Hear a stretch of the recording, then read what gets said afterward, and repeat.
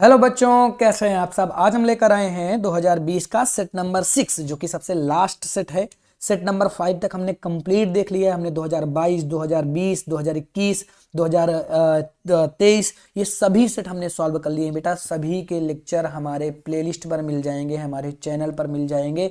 बहुत ही simple language से हमने एक्सप्लेन किया है, कहीं पर कोई भी प्रॉब्लम नहीं होगी। एक बार अगर आपने वीडियो देख लिया एकदम से आपकी तैयारी बूस्ट हो जाएगी। हमने बहुत सारी बातें की हैं कि ये क्वेश्चन कैसे रिपीट होते हैं, कौन से क्वेश्चन इंपॉर्टेंट है। आप एक बार सेट देखेंगे ना बेटा, आपको ये समझ में आने लगेगा कि यार कौन सा क्वेश्चन रिपीट हो रहा है, उसका कॉन्सेप्ट क्या है। बहुत सारे क्वेश्चन कॉन्सेप्चुअल होते हैं। जैसे 2020 का पहला क्वेश्चन आप देखेंगे, जिस बच्चे का कॉन्सेप्ट नहीं अच्छा वो ये पहले क्वेश्चन को कर ही नहीं सकता, क्योंकि ये पहला क्वेश्चन बेटा रट्टा वाला नहीं है, ये क्वेश्चन कॉन्सेप्ट से है। आइए कॉन्सेप्ट देखते हैं, पहले क्वेश्चन पढ़ लेते हैं। यदि किसी पौधों की पत्तियों की कोशिकाओं में गुणसूत्रों की संख्या 24 है तो उसके भ्रूण पोष में गुणसूत्रों की संख्या कितनी होगी। अब देखो, पत्ती की अगर हम बात करते हैं, ये मैंने एक लीफ बना दी है। लीफ में मैं क्या कह रहा हूं कि जो क्रोमोसोम है वो 24 है। तो ऐसा ये कॉन्सेप्ट क्या है, इसको समझो, ध्यान से समझना।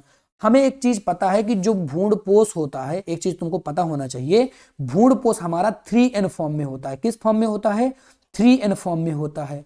और पादप की प्रत्येक, मतलब पादप मतलब पौधा, पौधे की प्रत्येक कोशिकाएं 2n फॉर्म में होती हैं। किस फॉर्म में होती हैं? 2n फॉर्म में होती हैं।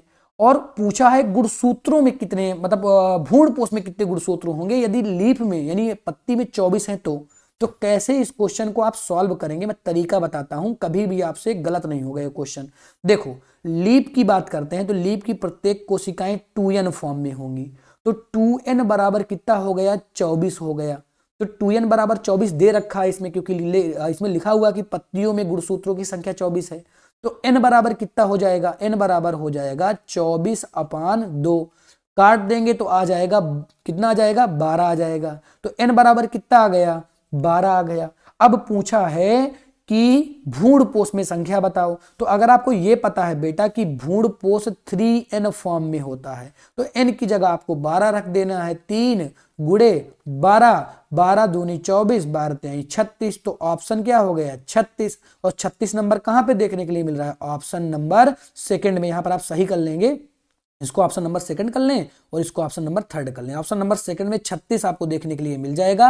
यही ऑप्शन सही है बेटा। क्यों सही है? लीप का दे रखा था, लीप 2n फॉर्म में होता है। 2n में अगर 24 है तो n में 12 होंगी। तो 3n में कितनी होंगी? 12 दूनी 24, 12 तिहाई 36, 36 हो जाएंगे बेटा। ये कॉन्सेप्ट था जो कि मैंने सिंपल लैंग्वेज से समझा दिया है बेटा। जब आप यहाँ पे पढ़ने आते हैं, बच्चे जब पढ़ने आते हैं तो आपको बहुत प्रॉफिट होता है। यही प्रॉफिट होता है कि आप कॉन्सेप्ट सीख जाते हैं। बाकी आप अगर विद्या क्वेश्चन उठा के देखेंगे तो रटेंगे केवल चीजों को, रटने से कभी क्वेश्चन सही नहीं हो जाएंगे। 24 की जगह अगर और कुछ दे दिया तो आपके क्वेश्चन भी गलत हो जाएंगे। ठीक है, अगले क्वेश्चन की बात करते हैं।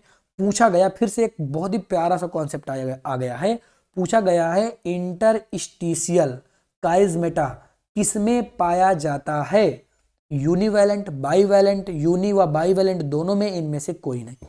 तो सबसे पहले मैं ऑप्शन टिक करूंगा, बाईवैलेंट में पाया जाता है। फिर मैं आपको सिखाऊंगा इंटरस्टेशियल काइजमेटा होता क्या है, कहते किसको है। देखो बेटा, ये मैंने क्रोमोसोम बना दिया, एक क्रोमोसोम बना दिया, कोई दिक्कत नहीं? दिक्कत है। ये मैंने दूसरा क्रोमोसोम बना दिया, कोई दिक्कत नहीं? दिक्कत है।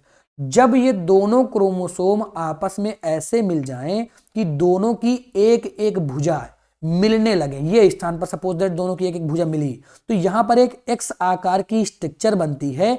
इसी को हम काइजमेटा बोलते हैं। सामने डायग्राम दिख रहा होगा, ये यहां पर एक एक्स आकार की स्ट्रक्चर बनी है, इसी को मैं काइजमेटा बोलता हूं बेटा। तो काइजमेटा दो क्रोमोसोम के दो भुजाओं के बीच में बनता है। यानी ये दो क्रोमोसोम यानी बाईवैलेंट चाहिए कि नहीं चाहिए, इसीलिए इसका बाईवैलेंट ऑप्शन सही हो जाएगा।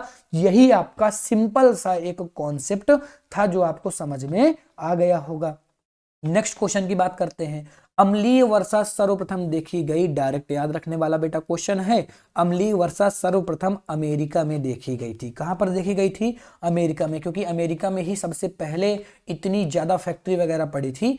और फैक्ट्रियों के कारण आपको पता है कि जब फैक्ट्री होती है और प्रदूषण बहुत ज्यादा बढ़ जाता है तो अम्लीय वर्षा देखने के लिए मिलती है। अगला ऑप्शन, द्विसंकरण टेस्ट क्रॉस का अनुपात बताओ। देखो, टेस्ट क्रॉस एक मैं ट्रिक बताता हूं इसकी। ये क्वेश्चन कभी भी आपसे गलत नहीं होगा, चाहे मोनो मतलब कि एक संकरण पूछे, द्विसंकरण पूछे, तीन को संकरण पूछे। देखो ट्रिक इसकी बता देता हूं। देखो जब भी टेस्ट क्रॉस का नाम आए तो टेस्ट क्रॉस का अनुपात हमेशा 1 के अनुपात में होगा। तो 1 के अनुपात में यहाँ पर 2 क्वेश्चन दिखेंगे, मतलब 2 ऑप्शन दिख जाएंगे, एक तो पहला वाला एक तो चौथा वाला। आप कौन सा सर सही होगा? तो सही बेटा ऐसे होगा कि आपको द्विसंकरण क्रॉस का फिनोटाइप याद होना चाहिए। तो फिनोटाइप 9:3:3:3:1 होता है बेटा। फिनोटाइप से हमें यह पता चलता है कि हमें 4 तरीके के प्लांट प्राप्त हुए। कितने तरीके के? 4 तरीके के प्लांट प्राप्त हुए। जब भी हम टेस्ट क्रॉस करेंगे तो इन्हीं चारों तरीके के प्लांट का 1:1:1:1:1 प्राप्त हो जाएगा, यानी ऑप्शन नंबर लास्ट इसका सही हो जाएगा। और यहीं पर अगर एक संकरण पूछता तो आप कैसे सही करते? एक संकरण का अनुपात होता है 3:1, तो 3 की जगह अब इसमें सब में 1:1 हो जाता है, तो यहां पर 1:1 हो गया। तो 1:1 किसके लिए सही हो जाएगा? एक संकरण क्रॉस के लिए सही हो जाएगा। लेकिन यहां पर 2 संकरण क्रॉस पूछा गया बेटा, इसीलिए ऑप्शन नंबर लास्ट ही इसका सही होगा। आई होप ये आपको सेट समझ में आया होगा बेटा। इसी तरह से हमने कंप्लीट सेट को देखा है, सिंपल से एक्सप्लेनेशन के साथ देखा है। बहुत ही इंपॉर्टेंट ये वीडियो है आपके लिए। अगर आप देखते हैं तो एग्जाम में आपके बहुत प्यारे नंबर आने वाले हैं। ठीक है, आई होप ये कंप्लीट सेट आपको समझ में आया होगा। फीडबैक के रूप में कमेंट जरूर कर दें, हमें थोड़ा सा अच्छा लगता है आपकी कमेंट देखकर। बाकी चैनल से जुड़ जाएं ताकि आपको लगातार वीडियो मिल रहे हैं, जो एक दिन में 5-5 6-6 सेट अपलोडेड हो रहे हैं, वो आपको लगातार टाइम से मिलते रहे। Thank you so much for watching. मिलता हूं मैं आपसे नेक्स्ट वीडियो पर। Thank you.